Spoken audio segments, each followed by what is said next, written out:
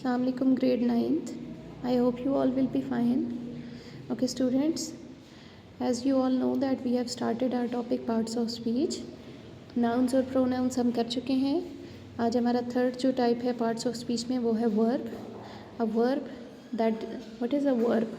A verb is basically an action word that describes what the subject of a sentence is doing.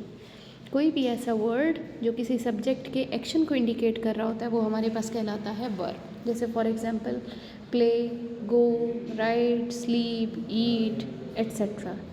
ठीक है, जितने भी actions होते हैं सब्जेक्ट्स के वो हमारे पास क्या कहलाते हैं? वर्ब्स कहलाते हैं. For example I am writing, she sings very well, the horse runs fast. अब इन एग्जांपल्स में हमारे पास राइटिंग, सिंग्स, रन्स, ये तीनों क्या हैं? वर्ब्स हैं. क्यों? क्योंकि सब्जेक्ट के एक्शंस को इंडिकेट कर रहे हैं. वर्ब्स की हमारे पास ऑलमोस्ट 10 टाइप्स हैं, जिसमें फर्स्ट हमारे पास है एक्शन वर्ब. एक्शन वर्ब क्या होते हैं? जो किसी सब्जेक्ट के काम को इंडिकेट कर रहे होते हैं. The verb that shows what someone और समथिंग इज़ डूइंग. ठीक है, वो हमारे पास आते हैं एक्शन वर्ड्स, एक्शन वर्ब्स कहलाते हैं. एक्शन वर्ब्स हमारे पास, अब एक्शंस जो हैं वो फिज़िकल भी हो सकते हैं और मेंटल भी हो सकते हैं. फिज़िकल एक्शन में जैसे हमारे पास है for example he kicks the ball, she runs fast. ये हमारे पास क्या है? फिज़िकल एक्शन है. जबकि मेंटल एक्शन में हमारे पास कौन सा होता है? जिसमें माइंड इन्वॉल्व होता है. जैसे for example I think about my exam, she remembers the story. ठीक है, तो ऐसे वाली जो हमारे पास वर्ब्स हैं वो क्या कहलाती हैं? एक्शन वर्ब्स कहलाती हैं, जो कि फ़िज़िकल और मेंटल एक्शन को अलग अलग से इंडिकेट कर रही हैं. नेक्स्ट हमारे पास सेकंड जो टाइप है वो है ऑक्सिलरी वर्ब. ऑक्सिलरी वर्ब कहा जाता है हेल्पिंग वर्ब को. ठीक है, these verbs help the main verb to make the sentence clear. किसी भी सेंटेंस में जो मीनिंग होता है उसको क्लियर करने के लिए हम क्या यूज़ करते हैं? ऑक्सिलरी वर्ब यूज़ करते हैं. और याद रखिएगा ये मेन वर्ब से पहले यूज़ होते हैं. हमारे पास हेल्पिंग वर्ब्स कौन कौन से होते हैं जो टेंसेस में हम यूज़ करते हैं? Is, am, are, was, were, do, does, did, will, shall, has, have, had. ये सारे हमारे पास क्या कहलाते हैं? ऑक्सिलरी वर्ब्स कहलाते हैं. ठीक है, और कब यूज़ होते हैं? मेन वर्ब से पहले. जैसे for example she is reading a book, they have finish their work, we will go tomorrow. तो इन तीनों एग्जाम्पल्स में इज़, हैव और विल ये हमारे पास क्या कहलाएंगे? ऑक्सिलरी वर्ब्स कहलाएंगे, हेल्पिंग वर्ब्स जिनको हम कहते हैं. Next is linking verb. Linking verbs होते हैं connecting verbs. These verbs do not show action, they connect, link the subject to more information about it. ठीक है, सब्जेक्ट को उसकी इन्फॉर्मेशन के साथ कनेक्ट करने के लिए जो वर्ड्स यूज़ होते हैं वो हमारे पास कहलाते हैं लिंकिंग वर्ब्स. इनमें कोई मेन वर्ब यूज़ नहीं हो रहा होता, सिर्फ सब्जेक्ट को उसकी जो इन्फॉर्मेशन दी जा रही होती है सेंटेंस में उसके साथ कनेक्ट करने के लिए जो वर्ड्स यूज़ होते हैं वो हमारे पास कहलाती हैं लिंकिंग वर्ब्स. जैसे for example she is happy. अब इसमें कोई मेन वर्ब यूज़ नहीं हो रही.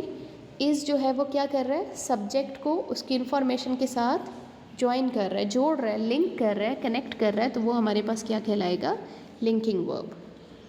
ठीक है, okay. Now next is transitive verb.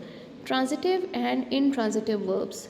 Verbs which require a definite object are called transitive verbs.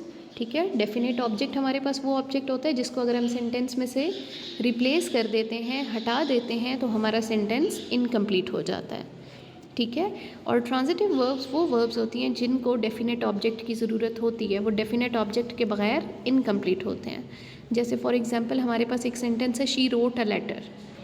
ठीक है, इसमें हमारे पास आ लेटर क्या है? डेफिनेट ऑब्जेक्ट है. अगर हम आ लेटर को रिप्लेस कर देते हैं, बीच में से हटा देते हैं, तो हमारे पास सेंटेंस क्या हो जाएगा? इनकम्प्लीट हो जाएगा. She wrote.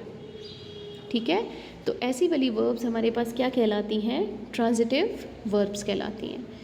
इनट्रांजिटिव वर्ब्स क्या होती हैं? Verbs which do not require a definite object are called intransitive verbs.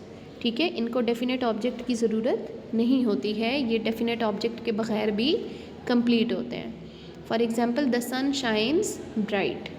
अब इसमें ब्राइट हमारे पास क्या है? ऑब्जेक्ट नहीं है. अगर हम देखें तो शाइन्स को मॉडिफाई कर रहा है, एडवर्ब के तौर पे यूज़ हो रहा है.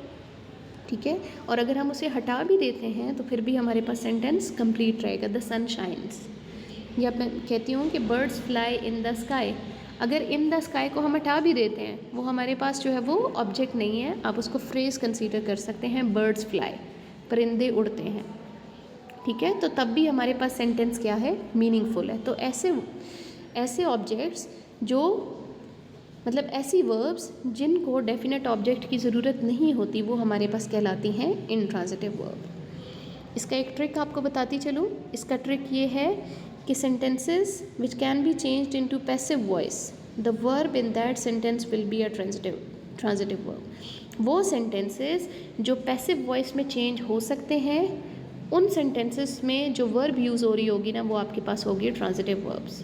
मीन्स कि आपके पास अगर कोई सेंटेंस गिवन है तो आप उसको पैसिव में चेंज करके देखें, अगर तो वो पैसिव में चेंज हो जाता है तो वो आपके पास क्या कहलाएगा, उसमें जो वर्ब यूज़ हो रहा होगा वो ट्रांजिटिव वर्ब होगा। जैसे for example she wrote a letter है ना, उसको आप चेंज करेंगे पैसिव वॉइस में तो क्या हो जाएगा, a letter was written by her. Passive में चेंज हो गया तो इसका मतलब है जो इसमें वर्ब यूज़ हो रही थी वो आपके पास कौन सी थी, ट्रांजिटिव वर्ब। और ऐसे सेंटेंसेस जो पैसिव वॉइस में नहीं चेंज हो सकते, उनमें जो वर्ब यूज़ हो रही होती है वो आपके पास क्या कहलाती है, intransitive verb. For example the sun shines bright, इसको आप पैसिव में चेंज करें तो ये पैसिव में चेंज नहीं होगा, इसलिए क्योंकि इसमें डेफिनेट ऑब्जेक्ट मौजूद नहीं है, ठीक है। तो इस सेंटेंस में जो वर्ब यूज़ हो रही है वो आपके पास क्या है, इंट्रांजिटिव है। Okay, now next number 6 is modal verb. Modal verbs are verbs that have a certain function in any sentence. For example, the function they indicate are ability, permission, possibility, obligation, etc. ठीक है, ऐसे verbs जिनका कोई मखसूस function पाया जाता है किसी भी सेंटेंस में, तो वो verbs हमारे पास क्या कहलाते हैं, मॉडल verbs कहलाते हैं। मॉडल verbs हमारे पास जो हैं can, could, may, might, would, should, must etcetera, ये सब हमारे पास क्या हैं, मॉडल वर्ब्स हैं। जैसे यहाँ मैं एग्जांपल्स में आप देखें, शी कैन स्विम, अब इसमें कैन यूज़ हुआ है और किसको इंडिकेट कर रहा है, उसका फंक्शन क्या है, एबिलिटी। यू मस्ट ओबे रूल्स, तो इसमें मस्ट हमारे पास ऑब्लिगेशन को इंडिकेट कर रहा है।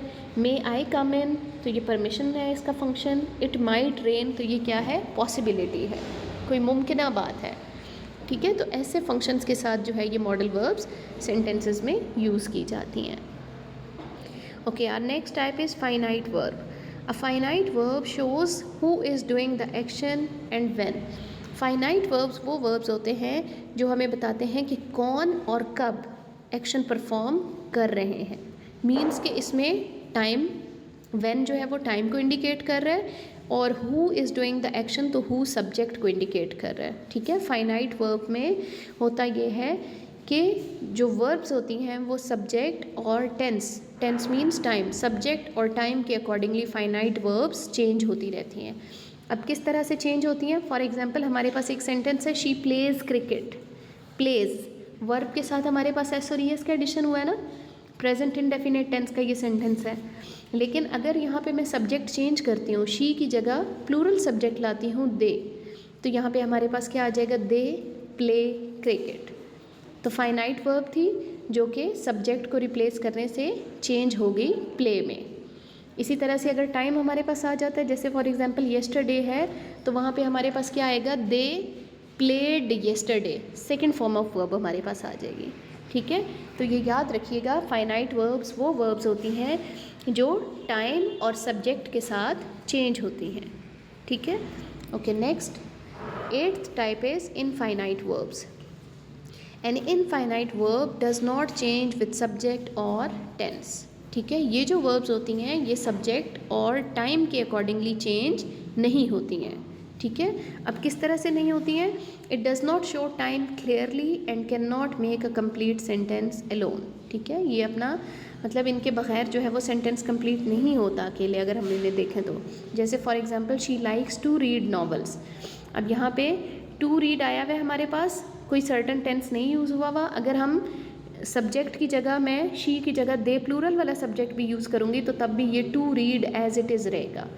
दे लाइक टू रीड नॉवेल्स, सिर्फ लाइक के साथ एस और एस का एडिशन जो है वो हटेगा अगर मैं प्लूरल सब्जेक्ट ऐड करती हूँ, लेकिन ये जो हमारे पास इनफाइनाइट वर्ब है टू रीड, ये एज इट इज़ रहेगी। ठीक है,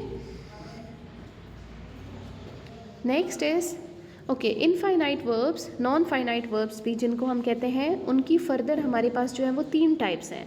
फर्स्ट हमारे पास है इन्फिनेटिव। ठीक है, इन्फिनेटिव्स क्या होते हैं? बेस फॉर्म ऑफ वर्ब के शुरू में जब हम टू का एडिशन करते हैं तो वो हमारे पास बन जाता है infinitive. Base form of verb होती है जो फर्स्ट फॉर्म ऑफ वर्ब होती है, जैसे for example to play, to walk, to eat, to sleep, to run etcetera.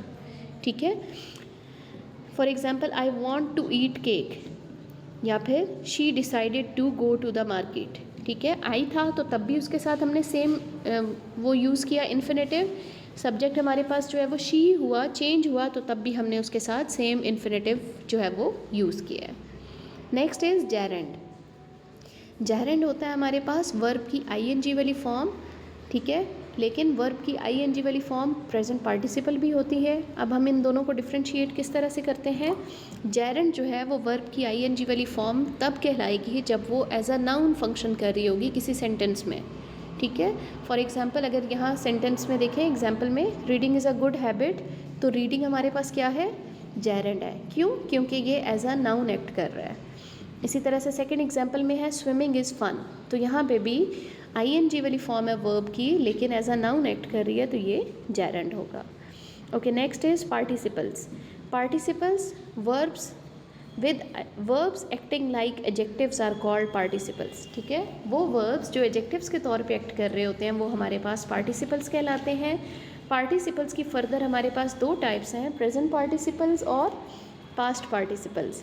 Present participle is made by adding ing to the verb and acts like an adjective और helps form tenses.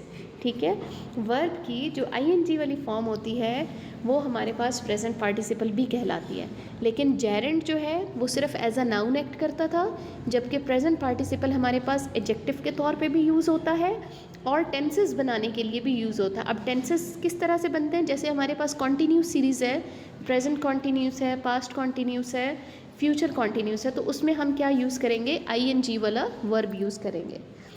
और 2 functions है इसके, एक तो ये कि as a verb use होते हैं, यानी टेंसेस में मेन वर्ब के तौर पे यूज़ होते हैं, और एज एन एडजेक्टिव्स भी यूज़ होते हैं। For example a crying baby, अब क्राइंग हमारे पास ing वाला वर्ब है, लेकिन एज एन एडजेक्टिव यूज़ हो रहा है, तो ये प्रेजेंट पार्टिसिपल होगा।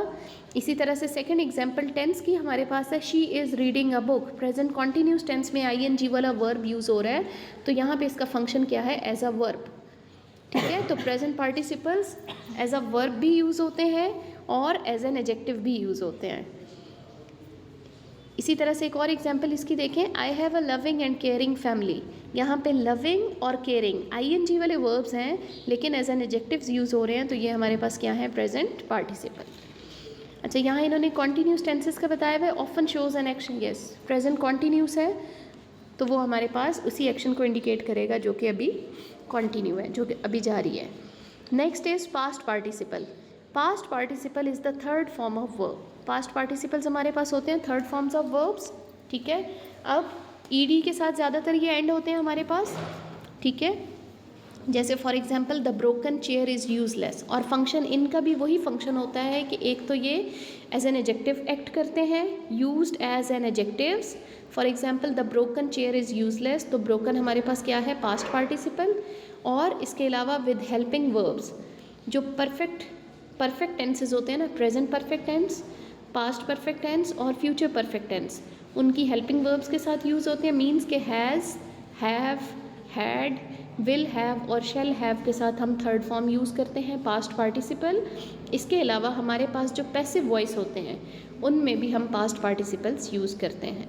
ठीक है, for example she has completed her homework, has helping verb आया, ठीक है, उसके साथ हमने पास्ट पार्टिसिपल यूज़ किया, completed. The work was done by him, यहाँ पे पैसिव वॉइस सेंटेंस की एग्जाम्पल है, तो डन हमारे पास क्या है? पास्ट पार्टिसिपल फॉर्म है डू की।